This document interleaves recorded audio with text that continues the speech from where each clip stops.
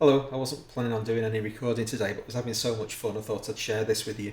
I've been looking at parallel keys as in my ongoing study of harmony, and I came up with this guitar riff that I've been soloing over the top of and just having great fun. So, like I say, I thought I'd share it with you. So the idea of parallel keys is that whatever scale you're in, whatever key you're in, so I've chosen C major because it's nice and easy.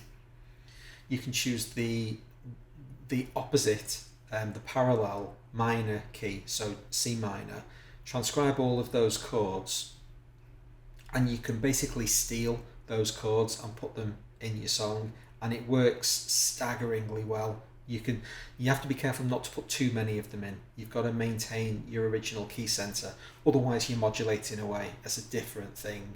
That just adding the extra color to the scale that you're in is really what I'm focusing on. And when I say you've got to do one thing or another, only within the constraints of I'm doing this thing at the moment, I want to learn parallel keys. So what I did was I threw this really quick chord, this riff together, and there's one chord in it. So I've got what have I got? I've got a C major down to F major, C major, G major, C major, F major. It's all very dull so far. Then E flat. Now the E flat is the third of C minor.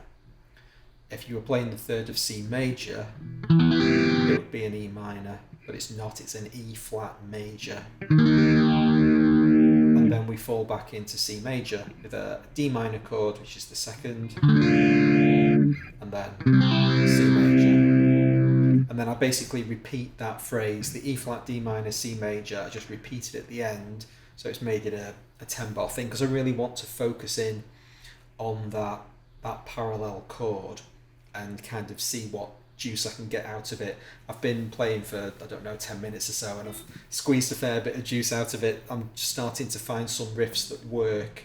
When I modulate to the C minor temporarily, when I shift to that temporary parallel key, I'm trying to find, I've got an E flat and a B flat, and trying to really concentrate the unique notes for that key to accentuate it and bring it out.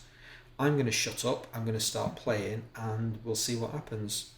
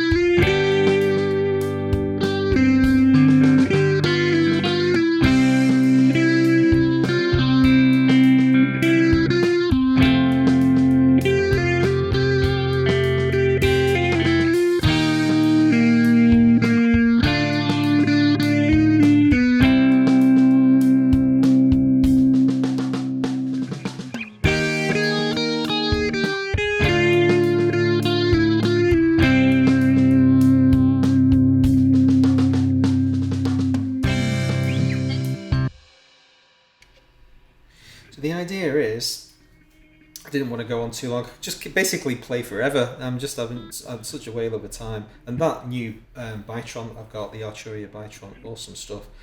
So yeah, that was my first idea. And then the second one that I tried putting in didn't sound quite as good, was the G, A flat, B flat thing. And then I have to make sure I get back to a safe note for when I'm playing the D minor underneath. So I can't be kind of pushing against that too hard. But once the primary chord's being played, I was finding that I had a little bit more room to add the minor notes back in again. You know, I shouldn't be playing the minor 7 down here. It should be it shouldn't be a flatted 7. It should be this major 7 up here. But you know, absolutely awesome stuff. So that's parallel keys, secondary dominants. I've been having a look at tritone substitutions as well, and I need to make a matrix of, you know, all the notes you're allowed to play. Do what the hell you want.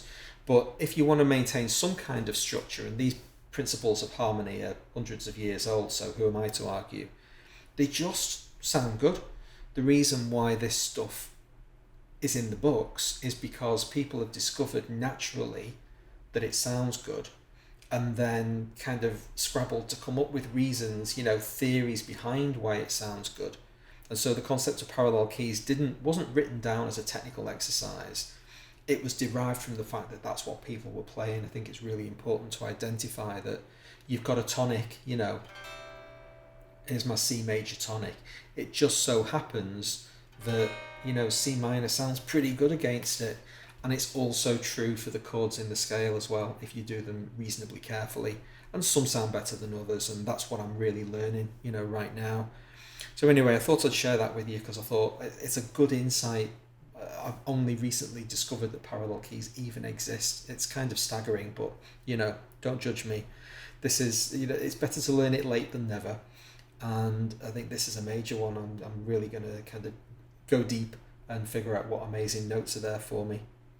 Hope you enjoyed that. If you did, please hit the like button. If you want to check out my Patreon stuff below, really appreciate the support. I'll see you next time. Thanks very much.